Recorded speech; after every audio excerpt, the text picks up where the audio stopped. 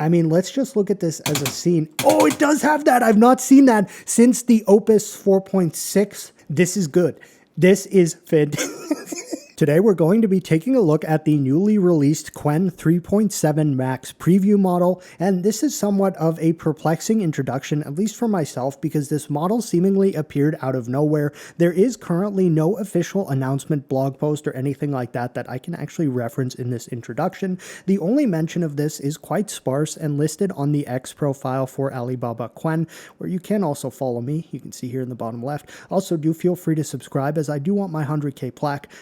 The followers here, I'm not as concerned about, but the YouTube subs, that's where it's at. So with that, though, I do want to make note that the only mention right here of Qwen3.7-Max Preview is right here in this post, where they mention it scores 13th place on the Text Arena leaderboard, which, you know, it's like they give trophies for everything nowadays. No, it's like the meme for that. But excitingly, though, they do also mention the Qwen 3.7 Plus preview model. So the Plus model, at least previously for Qwen 3.5, also had an analogous open source version to it that was the same parameter count. It is hopeful, fingers crossed, that the Plus model for Qwen 3.7 will also give us some large 3.7 open source model as well. There have been some rumors or speakings about open source 3.7 models, which would be quite exciting. So really, because there's not a lot to talk about here, I did try a sneaky little trick, which would just be to change the number in the blog post for the 3.6 Max Preview page.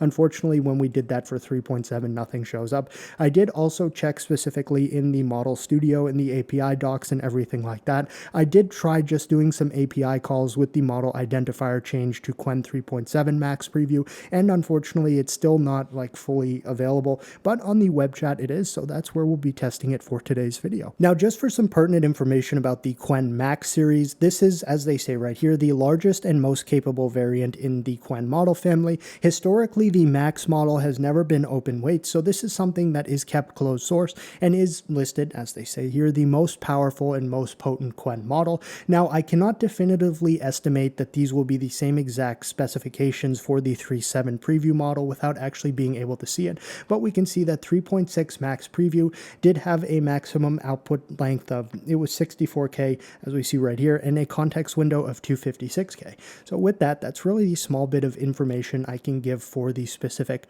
model.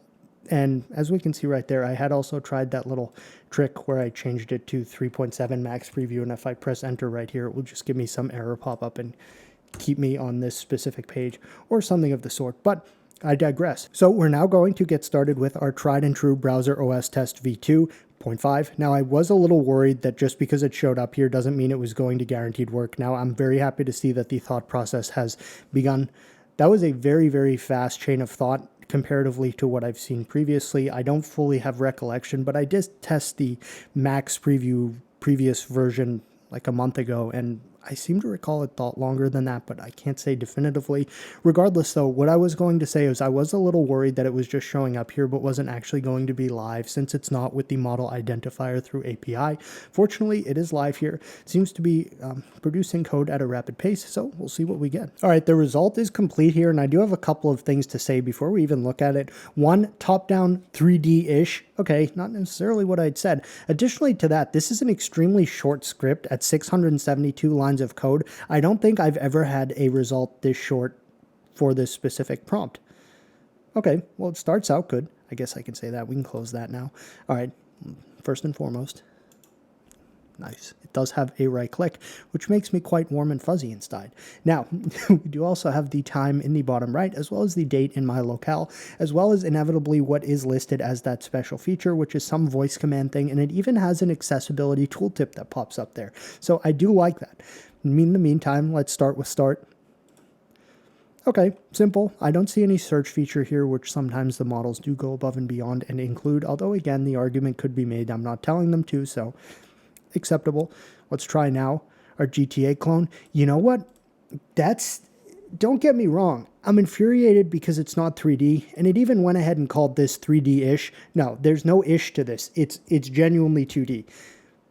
But, okay, so we can, like, shoot, and the arrow, or the location of the, oh, okay, location of the cursor shows our, like, that aims the weapon Unfortunately, the car logic doesn't seem to work. As I press E and it shifts our position, but we don't actually get to take control of the vehicle. Let me just find one more and try it. Is this procedural? Okay, no, it is not. That's all right. Overall, 2D, and I said 3D, so our wanted level does work, although I'm not seeing any actual like police logic here. So next up, should I go this way or should I go this way? We'll go this way. So let's try the calculator. We have 84 times 6, 504. All right, good. Next up, we have notes. Okay, simple. But again, this is a preview model, so we do need to keep that in mind. Wallpaper changing capability, a very nice option of 9 specific gradients for us to cycle through, although it says right-click desktop for more options, so that's kind of interesting. Probably stick with what was there first and foremost. Next up, our other 3D game, which hopefully is more 3D than the first 3D game. Okay, find the green beacon, and we have a timer there. Now, unfortunately, I can't move. But it is 3D, which is more than I could say for the GTA, so if we could combine these results, we probably would have had something rather impressive. Now we have a paint feature, which is good. I haven't seen one of these in a while, which is it's always nice when they have these, and we do have the potential save option, so right now it's mouse. I can't draw when the mouse icon is shown. I can only draw when the crosshair is shown, but like sometimes it snaps out of that back into the mouse. This is quite a perplexing paint application. You know what it is? I think the window is just like... So the dimensions of the actual paint canvas here are what we see here. I'll save that. Paint.png. Put it in a museum. Files. Good. Do we have some fake game save data? No, but we have the fake exe file for the game, so this is an emulation of some form of a Windows operating system, although none of these are actually like interactable, could be said. Okay. We do have voice control, so we could do open app, change wallpaper to color, close all, minimize all. Hello says hi back. Hello. Hello there. That's awesome. And it even showed up in the bottom right, like what we had said. Open GTA clone. Opening GTA. Oh, and it actually gives us audible response as to what it's doing as well. That's kind of cool. Most of the time when they implement this, I have seen this before as a special feature, it will just perform the action. It won't actually read it back to you, which is more accessibility focused, I suppose could be said. Change background green. Command not recognized. Yeah, because I kind of messed that one up. It did specifically tell us. But, oh, we can do a random wallpaper. It seems like this is actually creating gradients that don't exist in that list of wallpaper choices. Ugh, yeah, that lime green one would have had me on a rant still if I'd seen that in the settings page. So that's kind of cool, and that's why it said in the wallpaper thing, right-click desktop for more options. So it must be procedurally generating random gradients here, which is kind of cool. Overall, this is, again, a very experimental or preview-like result, but some of the things here were interesting, such as the voice accessibility actually speaking back to us when it was performing actions, as well as the random gradient generation. Very interesting. Now, I've made the difficult decision to basically compress the static subway scene test. So normally we have it generate a beautiful static subway scene, we check it, and then a follow-up prompt is to turn it into an FPS game. I feel like it's just easier to have everything done in one go instead. So it still has the initial prompt here denoting that it should create this beautiful static subway scene with the brightness slider and ability to move around. But then I've basically appended with the scene done well, turn it into an FPS, and then with all of the traditional things that would be included in the follow-up test for that. Now, something I'm noticing here is this model is very quick, and I'll be interested to see if these small line of code comparatively to what one would expect persists throughout the test or not. All right, so any question I had about script length has been just answered because this was over 2,300 lines of code. All right, so let's try our Subway FPS game and I will check it. Oh, I thought I heard a thunderstorm, but no, it was just Thunder Compute, where you can get the world's cheapest cloud GPUs.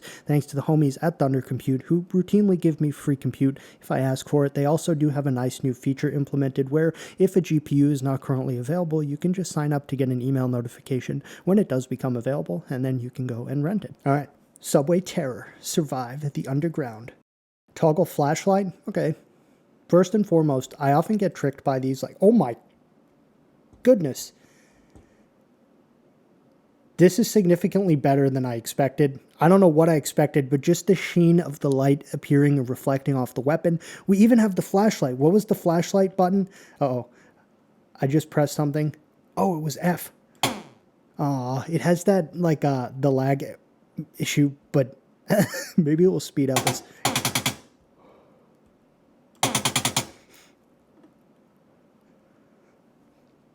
Wow. Okay, we've got a tube style. I mean, let's just look at this as a scene. Oh, it does have that. I've not seen that since the Opus 4.6 or 4.7 result. Nothing else has ever actually implemented effects of where the ammunition hits in the scenery. This is the second time I've ever seen that. The only other one was a Claude Opus result. Now, I do believe these enemies may actually be backwards because it seems like the face is actually there, but it's just not. Like, let's see what happens if we lose. And the flashlight feature is really cool. This is very, very, very, very well done. Oh, okay, well, turn the flashlight back on. We have benches, we have trash. Did that have a label on it? No, it didn't. Okay. They're inverted signs, and a lot of the things I'm noticing here are seemingly kind of inverted, such as the enemies actually having faces. This was very, very, very cool. I mean, we even have the shell casings. That is awesome. Just the this is exceptional. It also does have like a light that's flickering somewhere too. This is all right. I'm very pleased. Oh, we're going to lose now, but that's all right. And it did have sound effects and things like that. Next up, we're going to do the C++ self-contained skate sim result. This is the one with the retro 90s California boardwalk aesthetic. This is a test I find that really seems to separate the big model smell from the big model. So we'll see how it does. And again, I should mention, because I can't actually use this through the API right now, we are just stuck in testing it in the web chat. Otherwise, this is something I very likely would have instead run using OpenCode. This is very interesting. So it's saying the original code uses something Windows specific, which the prompt does specifically say do not use any external dependencies or make it self-contained with no setup or external assets required. Okay, I guess that could be somewhat vague, but I've never actually had this specific issue. Every other time I've had a result that can be compiled and run on Linux without any extra work, though it has proposed an interesting solution here, which is basically to compile it for Windows and then use Wine to run it. I'm actually interested in seeing what happens when we do that. I had to rename the downloaded file, but then hypothetically, okay, we do get a bunch of compilation errors right here, or build errors, which is a little frustrating. Now, the other option it gave us here is to patch the code by deleting everything in the original file from basically here and replace it with the Linux equivalent. So unfortunately, we were still getting a bunch of compilation errors when just trying to use the Linux script it had given us. So I gave it the compilation errors as well as told it to just fix this and give me the full updated script to work on Linux. All right, we have our hypothetically rectified and working for Linux result. Okay, very good so far. So let's just try it now with Skate and we should get a look. It's so frustrating. And something I've noticed, I was wondering because so I've good to say and I've bad to say. Good to say is the take on the pedestrians here when we are actually facing the direction to see them is quite interesting. It's a unique style that it's chosen to use. There is movement and things of the sort. Now, obviously, the visuals are just kind of bunk. I'm trying to see if we can at least get on a rail here, and unfortunately, we're not able to. C for controls. Okay, so F would be kickflip in air. There we go. So a lot of the issue right here is just something's not rendering properly. I know folks in the comments are more knowledgeable about the specific issues encountered when it comes to like rendering issues than I. So please feel free to fill us in on what specifically the issue is here. But I have to say this is a little frustrating, and I was expecting better, and we could see if this was actually like properly rendering things, this could potentially be pretty impressive. The pedestrian density rivals that of what I've seen in some of the new GTA trailers. No, I'm kidding. So, and it's frustrating because I don't know how much usage allotment I'll get here, so I don't want to blow it all just on one result. But this is something where if we had this through the API and it was working in OpenCode or something, it would be a fantastic candidate for it to go at this and iteratively improve it. But for now, being that we are stuck using web chat, I am just going to move on to something else. So I figure why not do a classic, that being the flight combat simulator game, where it needs to include 3 selectable planes, some enemy logic, and things of the sort. It will be interesting, and because that subway FPS was just suspiciously fantastic, I am very, very hopeful that we will also get something equally as fantastic here. All right, let's take a look at our flight combat simulator result. Okay, Sky Dominion. Very, very, very, very odd plane image draws here in the selector card, but hopefully those don't translate into the actual game, and they don't. We have very interesting terrain. I don't believe we have sound. Now, again, I didn't specifically tell it needed to add that, but it's something I would have liked to have seen. We have good flight mechanics, I'm going to say. The actual movement of the plane and things like that, sometimes that's a big point where models struggle. It's actually quite smooth here and everything of the sort. Now, I'm noticing really the biggest issue is either the ammunition just isn't working or the tracers are not visible, though the terrain is very terrain-like with water and the clouds look good. Sometimes shift is boost. Okay, good. That did actually work. As we can see, we have an altimeter as well as a speedometer, just showing us our current knots. The clouds look pretty good. We do have a mini map in the top right. Again, though, I'm noticing no ammo. Let's see what happens if there's actually crash logic. Okay, yeah, there is. There definitely is. All right. Does our propeller plane have spaces to fire? Okay. Does our... That is good. And can we fire? Yeah, we can. Okay, I actually see the ammo traces going out from the propeller. It's just really quite difficult to see. Ooh, all right. We do have a lot of hostiles, as they calls them, and we do have Q&E as well for yaw and pitch and things like that. I'm going to say this is a promising result. It's simple, but the flight mechanics are... Okay, that was kind of sick. When we spiraled, and then we saw the ammo tracers. The flight mechanics look really good. I don't think the enemies are actually able to hit us. Let's speed up. So our final plane is the SR-72 Phantom. Yep, yeah, I could see that. Very Phantom-like color scheme. This thing's inevitably going to be pretty quick. All right, 550 knots.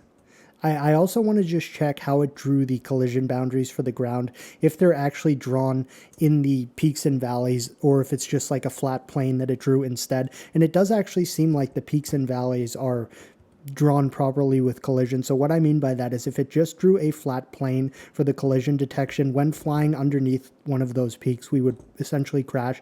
But it didn't do that, so this is actually kind of cool. Flying low here is... and for good measure. Interesting. And again, because we're stuck using the web chat interface, I figure why not try the historic 3D printer simulation test. I've noticed sometimes some of the Qwen3.7-Max models have trouble with some of their spatial rendering, or they'll render things almost in an inverted position from where they should be. I believe this happened in one of the previous Max tests with the 3D printer sim test, so I'll be interesting to see how it handles that, as so far the CSS, JS, and HTML results that we've received have really been quite a decent, solid, impressive ones. I have no idea what I was just trying to say. They've been good so far. All right, let's take a look at our 3D printer simulation result. Okay, so far so good. I'm seeing a standard Ender 3 style bed slinger. We do have the nozzle, the filament, but I don't see the nozzle. Oh, okay, it's down there. All right, let's take a peek. Okay, well, I will say, spatially before, there has been some pretty severe issues. I'm not noticing that here. We do have just a floating model, but I will say the floating nozzle, but I will say the model of this nozzle, I don't know why that's difficult to say, but it is well done. It has kind of the block that's actually there, as well as that. I'm not 100% sure what it is, but it did draw this fairly nicely. I'm going to say if we actually take a look, we definitely can see the layer by layer. Now, if I can slow this down to something that's not like light speed, and maybe we'll try that once more. Okay, so unfortunately, it's still the nozzle's not where it should be, and the speed even at 1x is just significantly too high, but I'm going to say the actual shape and things like that works nicely. Let me refresh. We'll try our cylinder, the slowest. Okay, good. The nozzle's actually moving where it should be. It's just like the coordinates are slightly off, but the bed moves well, and this is acceptable. It's like a time lapse.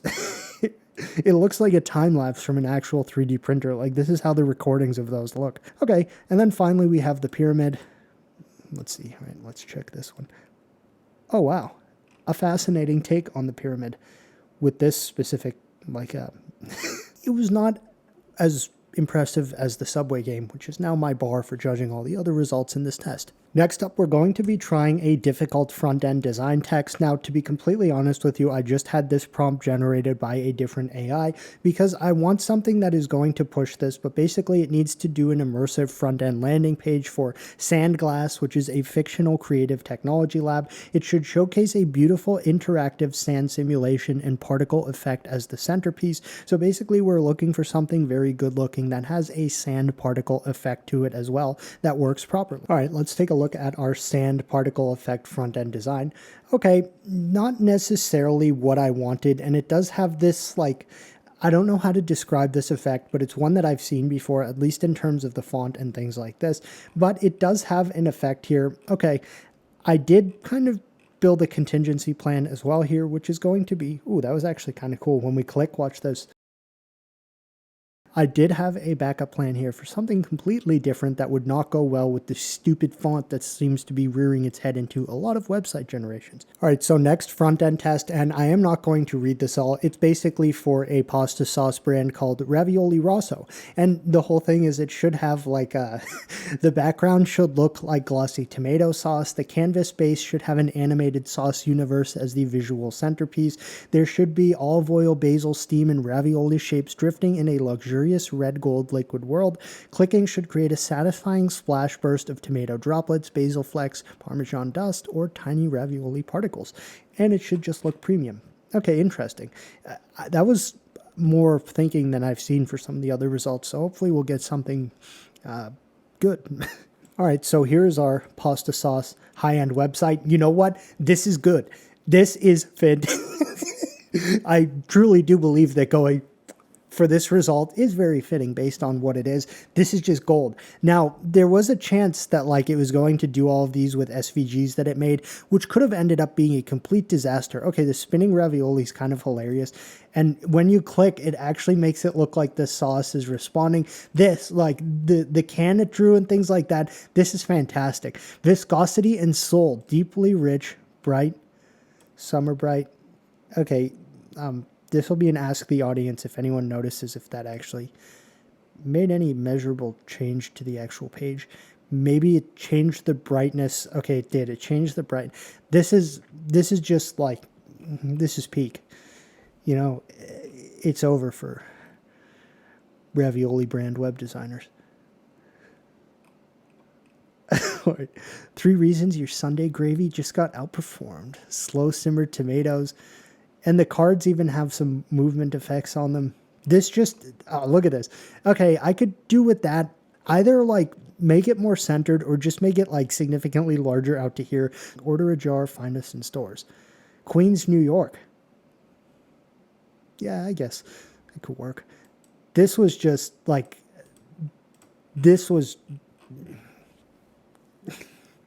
very, very good. I've liked so much better than this garbage. Good. All right, next up, we're going to do the drum kit simulation where it needs to also include the autoplay feature, which will play 4 selectable drum tracks. All right, let's check out our drum kit simulation result. Oh, so close to being excellent. If the bass drum was oriented in the correct way, this would be very good. The speakers are on, so let's just check. Very good. All right. I could turn that up a bit.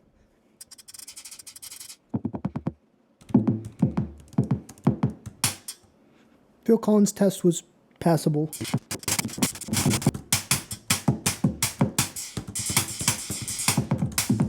All right, let's try autoplay. Rock groove.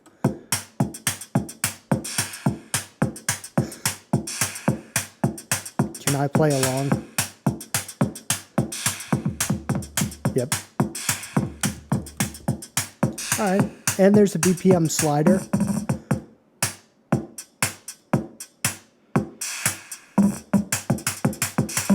Okay. So here's funk.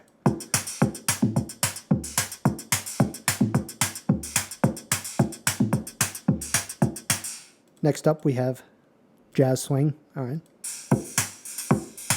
Very good. I was looking up at this because I wanted to see if that was going to be played first, and it was.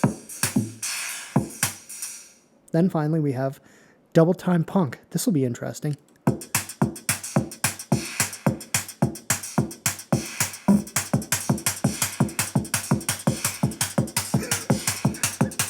Okay, overall, not bad. I'm starting to notice, though, it almost feels like whatever this floor plane was, it just wrapped one of the wood materials that would likely have been better around one of the drums.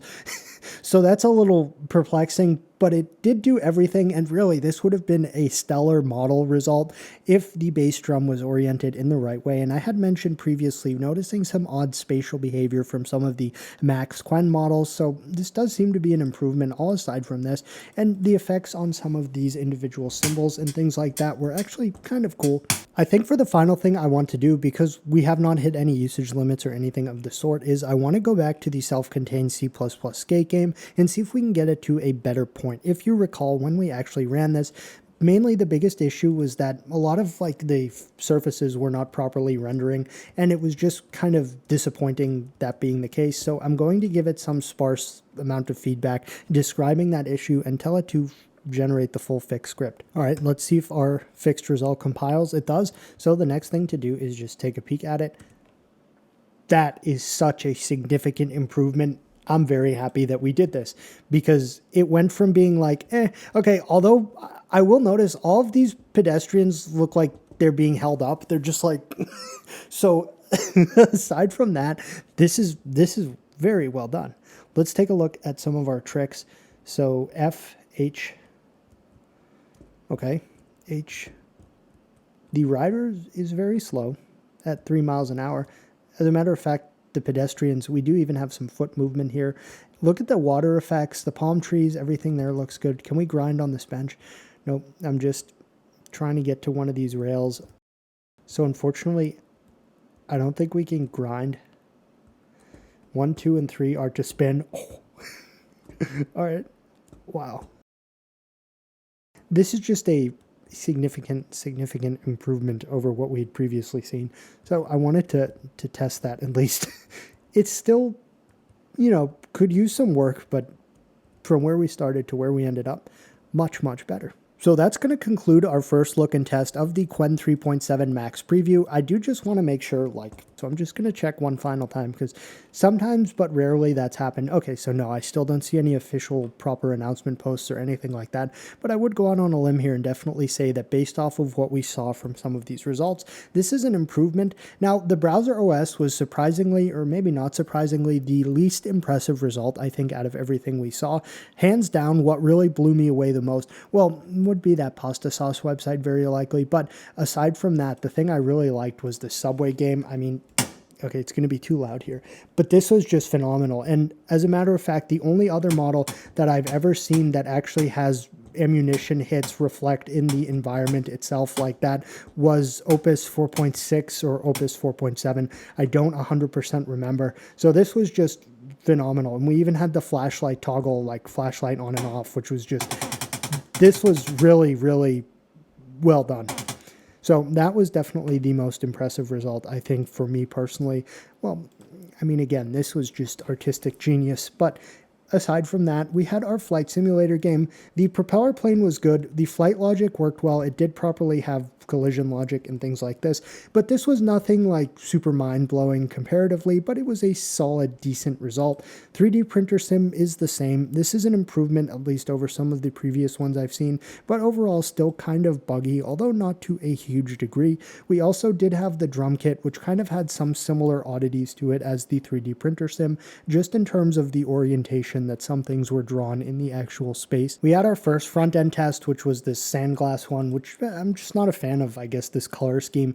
But fortunately, the Ravioli Rosso website was a complete just winner for me. I don't know why. You maybe like why does he like this? And I don't believe that anything on earth could properly answer that. So make of that what you will, but I personally just found this to be fantastic.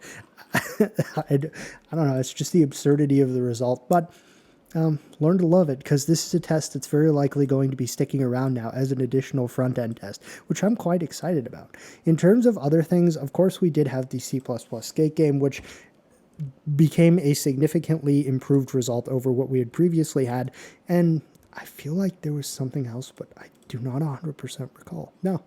Okay, well, that is going to conclude then our results overview and our first look at Qwen 3.7 Max Preview. Now you may notice that in addition to that, there is also a Qwen 3.7 Plus Preview. I may or may not do a dedicated video on that in the same vein as this. However, because Max is one that is always historically and likely will continue to stay closed source, I wanted to test this, but it is very possible that the Qwen 3.7 Plus model may have an open source analogous version to it, which would be really cool to see. So I want to wait a little till we learn some more about the Qwen 3.7 family to do that.